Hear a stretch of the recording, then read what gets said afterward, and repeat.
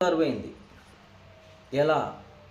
అసలు మనం ఎందుకు ప్రార్థన చేయాలి భగవంతుడిని అంటే, నాతో పాటు జీవించడానికి ఈ భూమి మీదకి వచ్చిన సకల చరాచర జీవులు నావే, నేనే. దోమకా నుంచి పెద్ద జీవి వరకు కూడా జీవించి ఉండాలి ఈ భూమి మీద. ఎందుకంటే అవి ఉన్నాయి కాబట్టి మన యొక్క మనుగడ సాగుతుంది.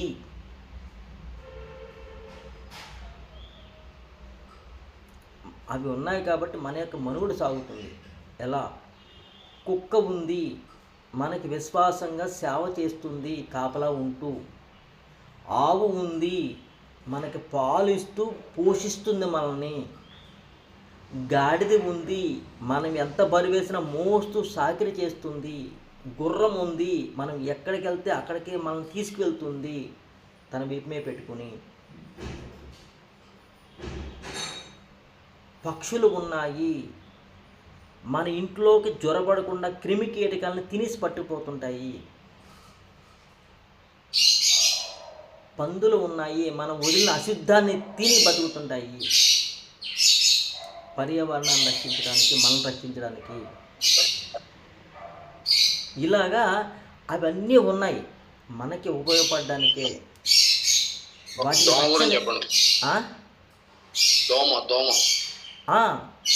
దోమ కూడా జీవించడానికి వచ్చిందండి. మీరు ఏదైతే ఆహారం తినే జీవించాలనుకుని వచ్చారో భూమి మీదకి, దోమ కూడా రక్తాన్ని తాగి జీవించడానికి వస్తుంది. ఆ రక్తము చెడు రక్తం తాగి జీవించడానికి వస్తుంది. మనం అనుకుంటాము మన యొక్క మంచి రక్తం తాగేస్తున్నాము అని. ఓకే, మంచి రక్తం తాగేస్తుంది అనుకుని మనం ఏం చేస్తున్నామంటే బ్యాట్లు పెట్టి చంపేస్తున్నాము. చంపడానికి లేదు. మీరు ఏ విధంగా భూమి మీదకి వచ్చి ఎంతకాలం జీవించి ఉండాలని రాసి ఉందో అంతకాలం జీవించడానికి అవకాశం భగవంతుడు ఇచ్చాడు మనకి. మధ్యలో ఎవరో మనల్ని హత్య చేశారు అంటే మనం జీవించడానికి అవకాశం ఇంకొక 10 ఏళ్ళు ఉందనుకుందాం. ఈలోపు హత్య చేశారంటే 10 ఏళ్ళు బతికే ఉంటాం. ఇక్కడే బతికి ఉంటాం. దేహంతో చనిపోయినా ఆత్మ ఇక్కడే తిరుగుతూ ఉంటుంది. సో ఆ విధంగా ప్రతి జీవి కూడా జీవించడానికి వచ్చింది. దాని ఆయుష్ ఎంత ఉందో అంతవరకు జీవించడానికి భూమి మీదకి వచ్చింది, ఉంటుంది కూడా. కానీ దాన్ని మనం చంపడానికి లేదు.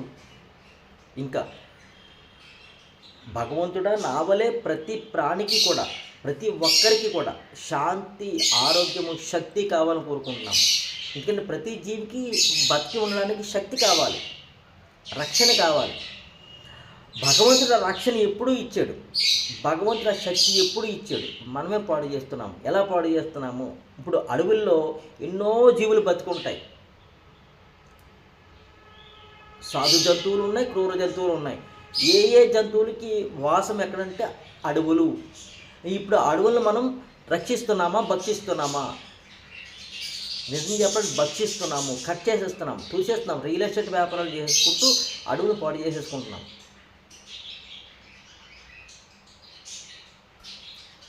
మనం జీవించడానికి అనువుగా ఉండే పంట పొలాలను కూడా రియల్ ఎస్టేట్ వ్యాపారం చేసుకుంటూ వాటిని పాడు చేసేసుకుంటున్నాం. ఇప్పుడు మనం ఎలా జీవించగలము? ఆ జీవరాశి ఎలా జీవిస్తాయి? సో భగవంతుడా వాటిని రక్షించు అని కోరుకున్నాము. భగవంతుడా వాటిని రక్షించు అని అన్నామంటే ఎట్లా రక్షిస్తాడు ఆయన? ఆయనే మన రూపంలో రక్షించాలి. వాటికి సెక్యూరిటీ గార్డ్స్ ఎవరంటే మనమే. సకల చరాచర జీవులకి సెక్యూరిటీ గార్డ్స్ మనమే. మనము చంపకూడదు, ఇతరులతో చంపించకూడదు. ఎందుకంటే జీవహింస మహాపాపం అని చెప్పింది శాస్త్రం కూడా.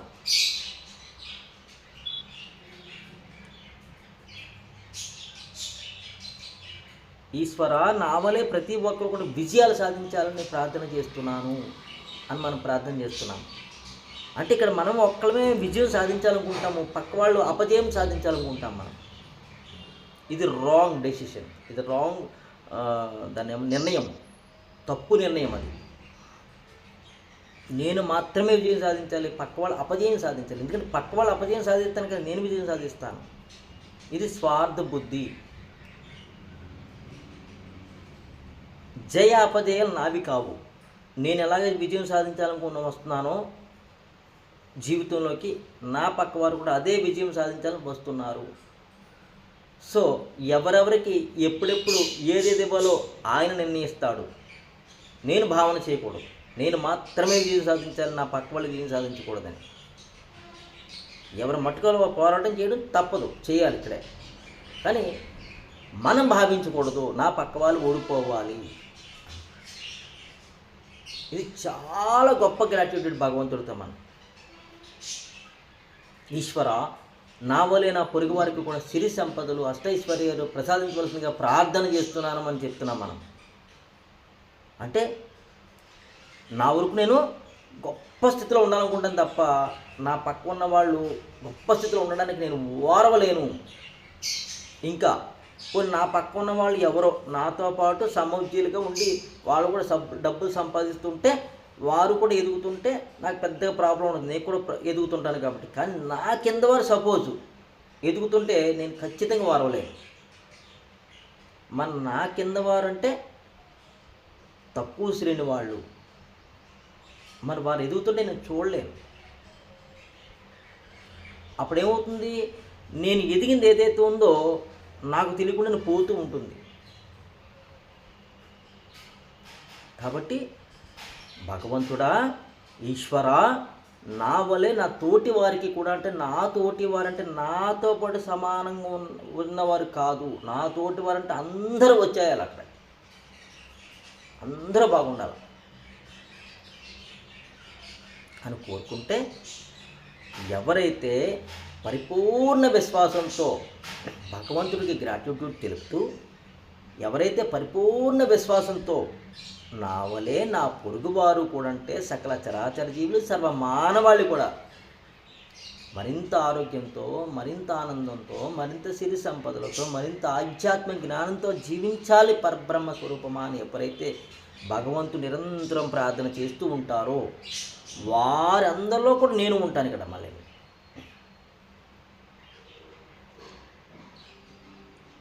వారందరిలో కూడా నేను ఉంటాను. ఇప్పుడు ఈ విధంగా ప్రార్థన చేయడం వల్ల ఏమవుతుందంటే, భూమి మీద మనము బ్రతికి ఉన్నట్లు కాదు, మనం జీవించి ఉన్నట్లు. ఎలా చెప్పండి? ఈ విధంగా ప్రార్థన చేయడం వల్ల మనము పైకి చెప్పండి. భూమి మీద జీవించున్నట్లు, భూమి మీద జీవించున్నట్లు గురించి. ఎప్పుడు జీవించున్నట్లు మనము అందరినీ మనలో చూసుకొని ఉంటే. అందరూ అంటే ఇంకెవరు? చుట్టుపక్కల అందరు, ఇంకా అందరు, అన్ని జీవాలు, సకల చరాచర జీవులు, అన్ని జీవాలు. ఇది ఒక్కడే మర్చిపోతాం మనం. సకల చరాచర జీవి, ఆ సకల చరాచర జీవిలో ఈ మానవ జీవి కూడా ఒకటి ఉంది. అన్నీ వచ్చేది ఇక్కడికి. అందరూ అంటే మనుషులు కాదు, అందరూ అంటే నా వాళ్ళు కాదు, అన్నీ సకల చరాచర జీవులు, నేను, నా పొరుగువారు, నాకు ఇష్టమైన వారు, నాకు ఇష్టం కానివారు కూడా. అసలు ఇక్కడ నాకు ఇష్టం కానివారు అనేవారు ఉండకూడదు ఇక్కడ. అప్పుడు అందుకే బ్రతికి ఉండి నేను బ్రతికి ఉన్నాను అనుకునేవాడు చనిపోయినట్లు. ఎట్లు చనిపోయినట్లు? వాడు మాత్రమే బాగుండాలని కోరుకుంటున్నాడు, ఇతరులు ఎవ్వరూ బాగుండాలని కోరుకోవట్లేదు. కాబట్టి వాడు చనిపోయినట్లు లెక్క. వాడు మాత్రమే ఉండాలనుకుంటున్నాడు, అందరూ నన్ను గౌరవించాలి, అందరూ నన్ను ప్రేమించాలి, అందరూ నన్ను గుర్తించాలి, అందరూ నన్ను కీర్తించాలనుకుంటున్నాడు, వాడు చనిపోయినట్లే లెక్క.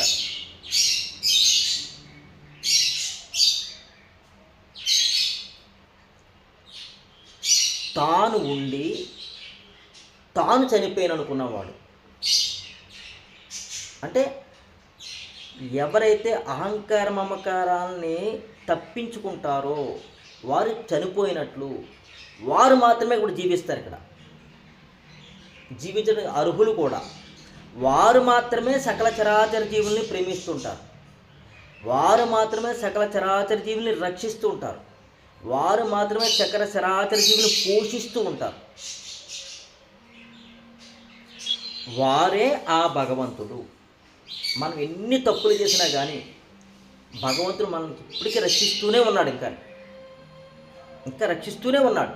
అంటే వాడు మనందరినీ ప్రేమిస్తున్నాడు. కానీ వాడు మనందరి చేత మనల్ని పొందాలనుకోవట్లేదు. వాడు మనందరి చేత గౌరవాన్ని తీసుకోవాలనుకోవట్లేదు. వాడు మనందరం కూడా ప్రేమించాలని కోరుకోవట్లేదు. కానీ మనం మాత్రమే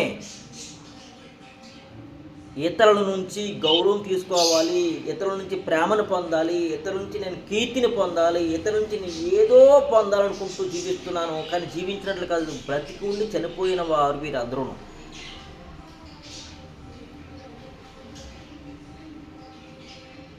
ఎవరైతే బ్రతికుండి నేను బ్రతికి లేను అనుకుంటారో,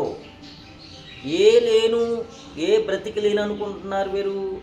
నేను నాది అహంకార మమకారాలను వదిలేసిన వాడు మాత్రమే నేను బ్రతికి లేను అనుకుంటాడు వాడు. కానీ వాడు జీవిస్తున్నట్లు, వాడు ఇప్పుడు జీవించి సకల చరాచర జీవులకి గాడు, రక్షణ. అన్ని జీవులు నావలే బతికి ఉండాలి. ఎలాగా? అన్ని జీవులు నావలే జీవించి ఉండాలి. ఎలాగా? ఆరోగ్యంతో, శాంతితో, శక్తితో, రక్షణతో, విజయాలతో, ఐశ్వర్యంతో. ఐశ్వర్యం అంటే డబ్బు అనుకోవద్దు, సంపదలు అనుకోవద్దు. అన్నీ కూడి ఉండడం ఐశ్వర్యం. భూమి మీద జీవించడానికి ఏం కావాలి? ఆరోగ్యం కావాలి, ఆనందంగా ఆరోగ్యం కావాలి, ఆహారం కావాలి, ప్రదేశాలు కావాలి. జీవులకి అన్నీ కావాలి. వాటికి ఆరోగ్యం కావాలి, వాటికి ఆహారం కావాలి, వాటికి ప్రదేశాలు కావాలి. మరి ఆ ప్రదేశాలు ఉంటేనే కదా, అడవిలో జీవించే ప్రదేశాలే కదా అవి. అడవిలో జీవించాలంటే మనం అడవిని ఉంచాలి కదా. పంట పొలాల్లో కొన్ని జీవించే జీవులు ఉంటాయి. అవి జీవించాలంటే మన పంట పొలాలను ఉంచాలి కదా. అలాగా ప్రతి ఒక్కరు మనం తెలుసుకోవాలి. లేదండి నేను పంట పొలాలను పాడు చేయడం లేదండి. మరి పంట పొలాలను పాడు చేసి రియల్ ఎస్టేట్ వ్యాపారం చేసిన వాళ్ళ దగ్గర మనం స్థలం కొంటున్నాగా, రేపు తరాల కోసం దానికి ప్రోత్సహించినట్టుగా మనం. లేదండి నాకు చాలా డబ్బు ఉందండి, డబ్బుని ఇంక ఇంప్రూవ్ చేసుకోవడం కోసం నేను ఒక 4 ఎకరాల పొలం తీసుకున్నాను, దాంట్లో రియల్ ఎస్టేట్ వ్యాపారం చేసేస్తానండి. నేను కూడా చేసేస్తున్నాను. లేదు చేసిన వాళ్ళు ప్రోత్సాహం ఇచ్చేస్తున్నాను. మరి ఇలా అయితే మనం ఎందుకని జీవించడము? ఈ ప్రశ్నకి సమాధానం ఎందుకు జీవించడం అంటే, నువ్వు జీవించడానికి వచ్చావు కాబట్టి. నువ్వు ఆనందంగా జీవించడానికి రావడానికి ఈ పంట పొలాలు అవసరమవుతాయా, ఈ అడవులు అవసరమవుతాయా నీకు వాడుకోవడానికి? వాడుకోవడం అంటే ఉపయోగించుకోవడానికి వచ్చాం మనం. ప్రతి దాన్ని ఉపయోగించుకోవడానికి వచ్చాం. కానీ స్వార్థంగా వాటిని పాడు చేసి నాది అనుకోవడానికి కాదు కదా నువ్వు వచ్చింది.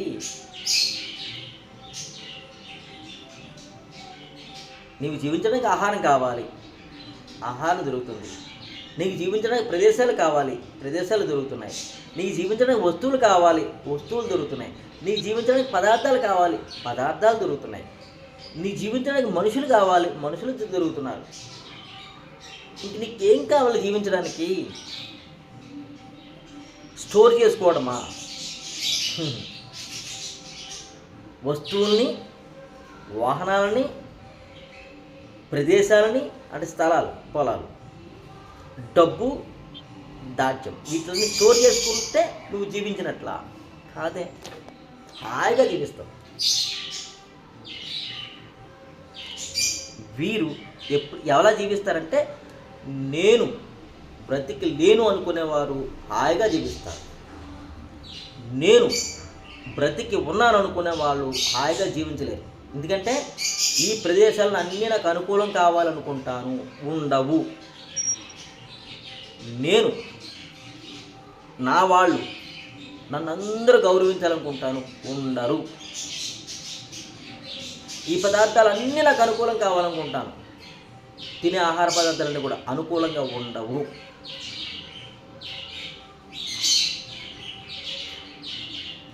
ఏదేదో సాధించేద్దాం అనుకుంటాను, అన్ని వేళ సాధించలేవు. సో దీనివల్ల నీకేమవుతుంది? బ్రతికి ఉన్నారనుకునేవాడికి చింతలో ఉంటాడని చెప్పే మనం. ఇందాకేం చెప్పాము, బ్రతికి ఉన్నాను అనుకున్నవాడు చింతలో ఉంటాడు, బ్రతికి ఉన్నాను అనుకోలేని వాడు హాయిగా జీవిస్తాడు. వీళ్ళకి ఇవన్నీ అనుకూలించాలనుకుంటాడు కదా, అవి అనుకూలించవు కదా, అప్పుడు వీడు చింతలో ఉంటాడు. నేను బ్రతికి లేను అనుకుంటాడు, నేనంటే అహంకారం మమకారాలు లేవు అనుకున్న వాడికి అన్నీ సహకరించేస్తాయి. ఇప్పుడు మీరు ఇందాక ఏదైతే కావాలనుకున్నారో ఇప్పుడు వస్తాయి మీ వెనకాలకి, అవన్నీ కూడా వస్తాయి మీకు. కానీ వాటిని కోరుకోకూడదు.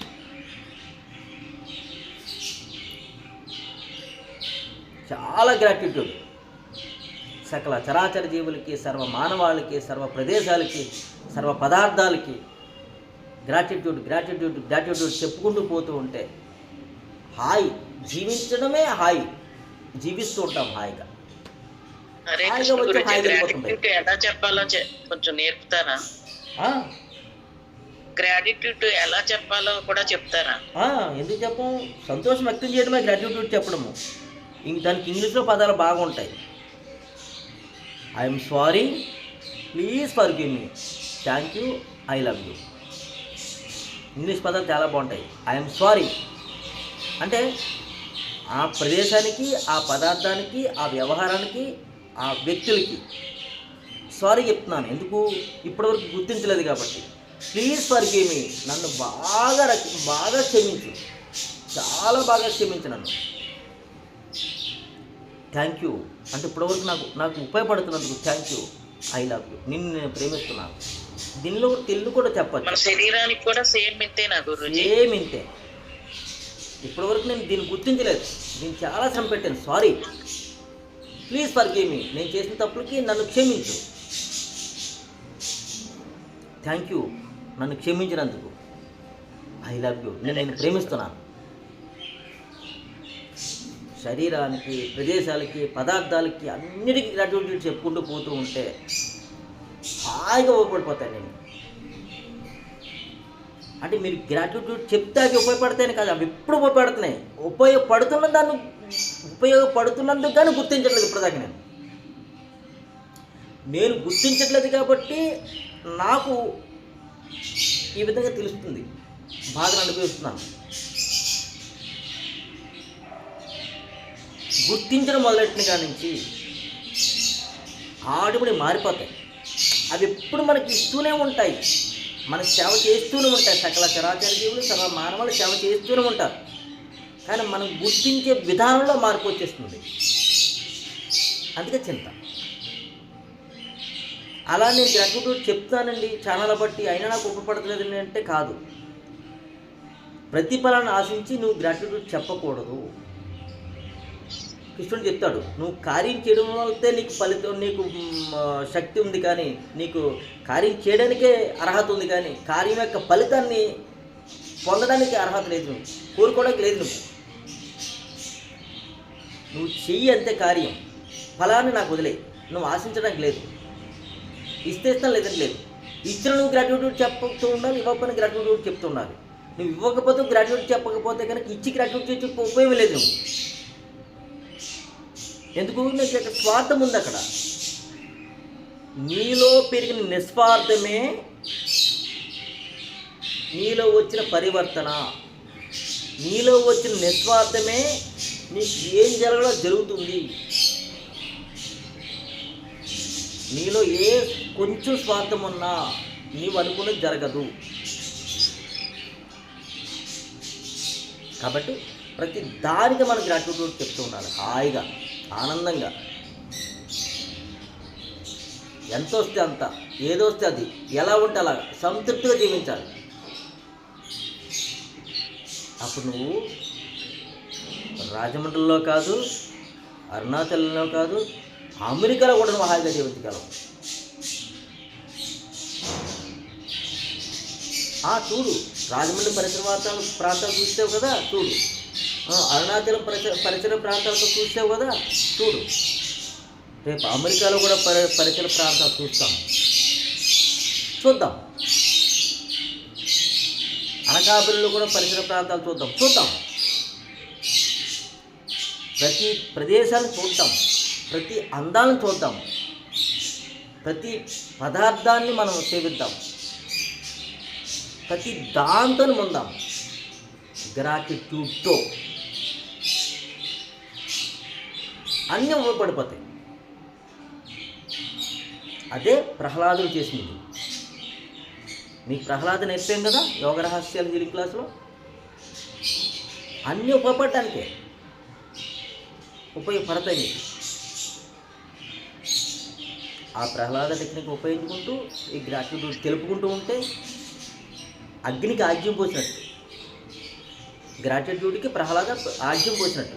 అగ్నికి ఆజ్యం అంటే అగ్నిలో వెలుగుతున్న అగ్నికి నెయ్యి వేస్తే ఏమవుతుంది, ఇంకా బాగా ప్రజ్వలిస్తుంది. అలాగా ఈ గ్రాటిట్యూడ్కి మీరు ప్రహ్లాద టెక్నిక్ ఉపయోగిస్తున్నప్పుడు ఇంకా బాగుంటుంది. ఈ ప్రహ్లాద టెక్నిక్కి ఈ గ్రాటిట్యూడ్ ఉపయోగిస్తున్నప్పుడు ఇంకా బాగుంటుంది. రెండు అగ్నికి ఆజ్యం పోసినట్టు. గురూజీ ఇదివరకు ఎందుకు చెప్పలేదని అడగద్దు మీరు. మళ్ళీ భగవంతుడు ఎప్పుడెప్పుడు ఏమి ఇవ్వాలో అప్పుడప్పుడు ఇస్తూ ఉంటాడు. ఏం చేస్తుంటాడు? గురూజీ చెప్పండి. షుగర్ ఎక్కువ ఉంది అంటే టెస్ట్ చేసుకుంటే కదా తెలిసింది, టెస్ట్ చేసుకోవద్దు అన్నారు కదా. టెస్ట్ చేసుకోకుండా పోతే అది గుడ్డెద్దు చేలో పడ్డట్టు అనారోగ్యానికి దారి తీసి ఎక్కడికో వెళ్ళిపోతుందిగా. ఏనండి, ఇప్పుడు టెస్ట్ చేసుకున్నారు, ఏం చేస్తున్నారు? మందులు వేసుకో మందులు వేసుకుంటున్నారు. దానికి తగ్గట్టు మందులు వేసుకుంటున్నారు. టెస్ట్ చేసుకోకపోతే మందులు వేసుకోరు, ఆపేస్తారు మీరు. టెస్ట్ చేసుకున్న దాన్ని బట్టి దాని ప్రమాణాన్ని బట్టి మందులు వేసుకుంటాం. కాదు కాదు కాదు, అది షుగర్ అనేది ఎప్పుడు కూడా స్టేబుల్గా ఉండదండి, హెచ్చుతగ్గులు జరుగుతూ ఉంటుంది. మీరు ఎప్పుడైతే దానికి మందు వేస్తూ ఉంటారో అది బలపడిపోతూ ఉంటుంది. బలపడిపోతూ ఉండడం వల్ల తక్కువ శాతం మందు కానించి ఇన్సులిన్ కూడా వేయవలసిన పరిస్థితులు ఏర్పడుతుంటాయి. మనం ఏం చేయాలంటే మందు వేయడం కాదు, మూలంలోకి వెళ్ళాలి. మనకి షుగర్ అసలు ఎందుకు వస్తుంది, ఏ ఆహార పదార్థాలు స్వీకరించడం వల్ల వస్తుంది, ఏ హావభావాలు నేను ప్రదర్శించడం వల్ల వస్తుంది, ఇది మూలము. దీనికి మందు వేస్తే జబ్బుకు మందు వేయట్లేదు. మీరేం చేస్తున్నారు? జబ్బుకు మందు వేస్తారంటే పైన చిగురికి నీరేస్తున్నారు తప్ప మూలానికి నీరేస్తలేదు. మీరు మూలానికి నీరేస్తే ఎన్ని కాండాలు ఉన్నాయో అన్ని కాండాలకు నీరు వెళ్ళిపోతుంది. మీరేం చేస్తున్నారు? పైన చిగురికి నీరేస్తున్నారు, కింద కాండంలోకి వెళ్తలేదు. ఇలా తడిపేస్తున్నారు, పైన తడిపేస్తున్నారు అనుకుంటారు అంతే, కింద కాండంలోకి వెళ్తారు. కింద కాండంలోకి వెళ్తే ఎన్ని వెళ్ళిపోతాయి. అలాగా మనకి షుగర్ రావడానికి గల కారణం ఏమిటి అని తెలుసుకుని ఆ కారణంలోకి వెళ్ళి మనం పరిశోధించి దాంట్లోంచి మనం సాధన చేయాలి. ఆటోమేటిక్గా అది సెట్ అవుతుంది. కానీ ఒకటి విషయం రానేకూడదు, ఎన్నోసార్లు మనం చెప్పుకున్నాము, జబ్బు రానేకూడదు, వచ్చిందా తగ్గదు. దాన్ని వృద్ధి అవ్వకుండా చూసుకోవడం మనం చేయాల్సిన పని. దానికి ఇప్పుడు ఏం చేస్తున్నాం, మనం వృద్ధి అవుతుందో చూసుకుంటున్నాము, టెస్ట్ చేసుకుంటున్నాము, అది కొద్దిగా పెరిగినట్టు కనబడుతుంది, పెరుగుతుంది. ఎందుకంటే మీరు మందులు వాడుతున్నారు కదా, దాంతోపాటు ఆహార వ్యవహారాల్లో మీరు మార్పులు చేసుకోవట్లేదు కదా, హావభావాల్లో మార్పులు చేసుకోవట్లేదు కదా, మానసిక భావాల్లో మార్పులు చేసుకోవట్లేదు కదా. దానివల్ల ఏమవుతుంది, మీకు వృద్ధి అవుతుంది. ఆ డాక్టర్ గారు చెప్పారు, బాబు నీకు నిన్నటి వరకు ఉన్న షుగర్ కొంచెం పెరిగింది బాబు, నీకు మందు మోతాదు పెంచుతున్నాను బాబు, ఇప్పటి వరకు ఉన్న మందులు నీకు పనిచేయ బాబు, ఇక నుంచి ఇన్సులిన్స్ ఇస్తున్నాను, ఇన్సులిన్స్ తీసుకో, నువ్వు ప్రతిరోజు నా దగ్గర రావట్లేదు, ఆ బాటిల్ కొనుక్కో, సిరంజి కొనుక్కో, నువ్వు పొడిచేసుకో. ఆ కొనాలకి ఆ ఇన్సులిన్ డోస్ కూడా పని ఏదో ఒక కౌంట్ చెప్తారన్నమాట, ఆ కౌంట్ చేయమని. కొనాల తర్వాత మళ్ళీ టెస్ట్ చేసుకుంటాము, బాబు ఆ ఇన్సులిన్స్ కౌంట్కి సరిపోవట్లేదు, నువ్వు ఇన్సులిన్స్ కౌంట్కి పెంచు అని చెప్తారు. ఇలా చేసుకుంటూ పోవడం తప్ప ఎందుకు మనం చిగురికి నీళ్ళు వేస్తాం. మనం లోపల మూలానికి వెళ్ళండి. మీకు మర్మాథెరపీ క్లాస్లో బుక్ ఇచ్చాము, ఆ బుక్లో చూడండి ఏ అనారోగ్యానికి ఏ భావాల వల్ల ఏ అనారోగ్యాలు వస్తున్నాయో చూడండి ఒకసారి. తర్వాత మీరు డౌజింగ్ క్లాస్ నేర్చుకుంటారు రేపు. ఆ డౌజింగ్ క్లాస్లో మీ మానసిక భావాలు సరిగ్గా ఉన్నాయో లేవో చెప్తుంది మీకు. అది ఆ మానసిక భావాలు సరి చేసుకుంటూ పోతూ ఉండండి, అవి కంట్రోల్ అవుతాయి. తగ్గడం అనేది అసలు ఎప్పటికీ జరగదు, మీరు ఎప్పుడు కూడా ఆశించద్దు. ఎందుకంటే రానేకూడదు రిపేర్ వచ్చిన తర్వాత అది ఒరిజినాలిటీ పోతుంది, దాన్ని రీప్లేస్ చేస్తే తప్ప. చూడండి, కొంతమందికి కిడ్నీలు పూర్తిగా పాడైపోయినప్పుడు కొత్త కిడ్నీ పెడతారు ఎవరో ఒకరిది, హార్ట్ పూర్తిగా పోయినప్పుడు కొత్త హార్ట్ పెడతారు ఎవరో ఒకరిది. తెచ్చి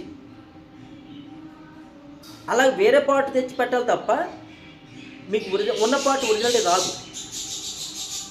మరి షుగర్ వచ్చింది, షుగర్ ఏ పాటుకి తీస్తారు, ఏ పాటులో పెడతారు మీరు? కుదరదు. అలాగా అని చెప్పారు గురూజీ. మోచేతి దగ్గర నొక్కుకోమన్నారు మీరు. అమ్మా మోచేతి దగ్గర ఇక్కడ నొక్కుకోమన్నారండి షుగర్కి. లివర్ పాయింట్ మీరు ప్రత్యేకంగా ఉంటుంది. అంటారండి. అలాగే మీరు ప్రతి దాన్ని మీరు మూలంలోకి వెళ్తే మీకు ఫలితాలు కనబడతాయి తప్ప చిగుర్లు పట్టుకుంటే మీకు ఫలితాలు అవ్వండి. ఓకే, ప్రతి పొలంలోకి వెళ్తే కార్బోహైడ్రేట్ మొత్తం మానేయమంటారు. ఏమంటాను? కార్బోహైడ్రేట్స్ పిండి పదార్థాలు అంతే కదా. రైస్, చక్కగా ఏమీ లేదు సత్యరావు గారు. ఇంత అన్నము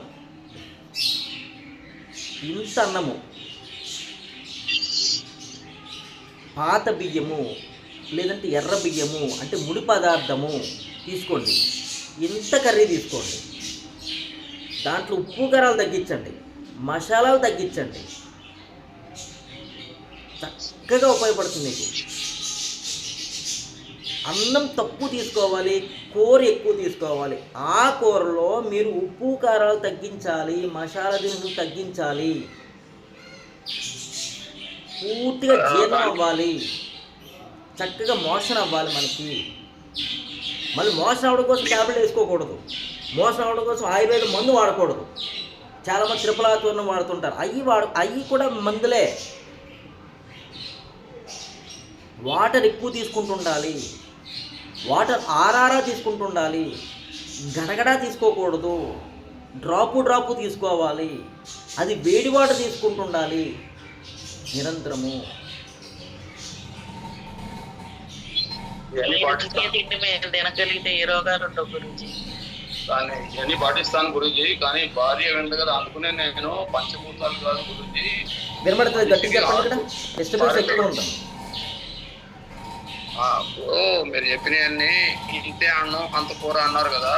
కానీ భార్య పక్కన కూర్చొని ఇట్లా కాదు, ఇది పెట్టుకో అది పెట్టుకో అని. అందుకనే నేను అన్నది హైదరాబాద్ క్లాస్లో ఎందుకన్నాను, పంచభూతాలు కాదు స్వామి, మనకు ఉన్నాయి 6 భూతాలు, మనిషి 6 భూతాలు. అందుకని భార్యని కలుపుకుంటే 6 కాదండి, ప్రేమగా భార్య పెడుతుంటే భూతంలా కనపడుతుందా మీకు? నేను చెప్పేది పంచభూతాలు కాదు 6 భూతాలు అంటున్నా. ఇప్పుడు ఏంటి గాలి నీరు అన్ని భూతాలు అంటున్నామా మనం? భూతాలు అంటే ఏంటి? అలాగే దాంతో కలిపి అట్లనే ఉంది, భావన అయితే అట్లనే ఉంది. అది మీ ఇష్టం, మీ తినాలా లేదా అన్నది మీ ఆలోచన, అంతేగాని పాపం ఆమె మీదకి ఎందుకు చేస్తారు మీరు? ఓకే, పర్వాలేదు. ఆ పంచభూతాలతో భార్యని కూడా భూతంగా జాయిన్ చేయండి, పర్వాలేదు. ఆ భూతం కూడా మీకు కలిసి వస్తుంది. ఆ భూతాన్ని చెప్పండి, నేనుంటేనే కదా నేను, కాబట్టి నాకు ఇంతెంత వడ్డిందంటే చక్కగా వడ్డిస్తుంది, ఏం పర్వాలేదు. ప్రేమగా చెప్పండి, నువ్వు ప్రేమగా నాకు చక్కగా అన్ని పదార్థాలు పెడుతున్నావు, కానీ ఆరోగ్యం క్షీణిస్తుంది కాబట్టి ఈ ఆరోగ్యం బాగుండాలంటే ఈ విధంగా ప్రయత్నం చేస్తుంది. మీ సాధ్వి, మీ భార్య చాలా సాధ్వి, తెలుసుగా నాకు. మీరు ఏం చేయమంటే అదే చేస్తుంది. ఓకే, సో ఈ విధంగా మనము ప్రతి దాన్ని గ్రాటిట్యూడ్ చెప్పుకుంటే అన్నిటికీ కూడా సొల్యూషన్ దొరుకుతుంది, ఖచ్చితంగా దొరుకుతుంది. దొరకకుండా అయితే లేదు భూమి మీద. ఇక్కడ మనం ఆనందంగా జీవించడానికి వచ్చామన్న విషయం మర్చిపోతుంది. మీరు బ్రతికి ఉందామనుకుంటున్నారు, బ్రతికి ఉందామనుకునే దాంట్లో మళ్ళీ ఇక్కడ లింక్ వచ్చేసింది నాకు. నేను నాది అహంకారం వచ్చేస్తుంది కూడా. బ్రతికి ఉన్నామనుకోవద్దు, మీరు లేమనుకోండి. ఇప్పుడు నేను అనే దాన్ని పడగొట్టేసినప్పుడు, లేను అనుకున్నప్పుడు ఇంకా ఉండేది ఒకటే, తానే ఆత్మ, తానే పరబ్రహ్మ స్వరూపం, తాను జీవిస్తుంది ఇప్పుడు హాయిగా. అది ఎలా జీవిస్తుంది? అన్నిటిని ప్రేమిస్తేనే, అన్నిటిని పోషిస్తేనే. ఎందుకంటే ఒక జీవిని నేను పోషిస్తున్నానంటే ఆ పోషణలో నేను ఉంటాను, ఒక జీవిని రక్షిస్తున్నానంటే ఆ రక్షణలో నేను ఉంటాను. ఎందుకంటే మీకు 2 ఉదాహరణలు చెప్తే మీకు, ఒక బంతి గోడకు కొడితే ఆ గోడకు కొట్టిన బంతి ఎక్కడికి వస్తుంది చెప్పండి? మనకే తిరిగి వస్తుంది. తిరిగి మనకే వస్తుంది. ఆకాశం వైపు నుంచుని పైకి తల పెట్టి ఉమ్మేయండి పైకి. మన మీదే పడుద్ది. 2 ఎగ్జాంపుల్ తీసుకుంటే చాలు మన జీవితం బాగుపడిపోతాయి. మీరు ఏది ఇస్తే ప్రేమగా అది వస్తుంది, ఏది ఊస్తే ద్వేషంతో అది తిరిగి మనకు వస్తుంది. గమనించండి, ఈ ఒక్క పాయింట్ పట్టుకుంటే మీరు జీవిస్తారు హాయిగా. లేదు పట్టుకోకపోతే బ్రతికి ఉంటారు అంతే. అప్పుడప్పుడు వచ్చేస్తుంది గురించి కోపము అంటే నువ్వు ప్రేమించట్లేదని అర్థం చేసుకో. నువ్వు ప్రేమిస్తున్నావు, గురుజీని చాలా ప్రేమిస్తున్నాను, మళ్ళీ నువ్వు ప్రేమించాలని కోరుకుంటున్నావు, ఇది తప్పు. సో ఇతరులు నన్ను ప్రేమించాలని కోరుకుంటున్నాను కాబట్టి దీనికోసం సాధన చేయి. ధ్యానంలో కూర్చుని, అంతేగాని ధ్యానంలో కూర్చొని భగవంతుడి కోసం వెళ్ళిపోవడానికి, ఏదో సంకల్పాలు నెరవేర్చుకోవడానికి కాదు. దానికి అది కరెక్టే, కానీ అది కాదు నీ సాధన. ఇప్పుడు నీ సాధన రివర్స్ వెళ్ళాలి. ఇప్పుడు ఇతరులు నన్ను ప్రేమించాలని కోరుకుంటున్నాను, ఇది తప్పు. ఇతరులు నన్ను ఎవరు ప్రేమించక్కర్లేదు, నేను మాత్రం వాళ్ళని ప్రేమిస్తూ ఉండాలి అని సాధన చేయి. జరుగుతుంది. నువ్వు డబ్బు కావాలని కోరుకుంటున్నావుగా, ఆరోగ్యం కావాలని కోరుకుంటున్నావుగా, ఐశ్వర్యం కావాలని కోరుకుంటున్నావుగా, ఆనందం కావాలని కోరుకుంటున్నావుగా. ఎలా వస్తాయి? ఇప్పుడు నేను చెప్పే రివర్స్ గేర్లో మీరు వెళ్తే ఆటోమేటిక్గా మీకు అన్నీ వస్తాయి. దీని గురించి సాధన చేయండి. చాలామంది చేస్తున్నారు, బాగుంది. రాని వాళ్ళు చెయ్యండి, బాగుంటుంది. ఓకే, హరే కృష్ణ.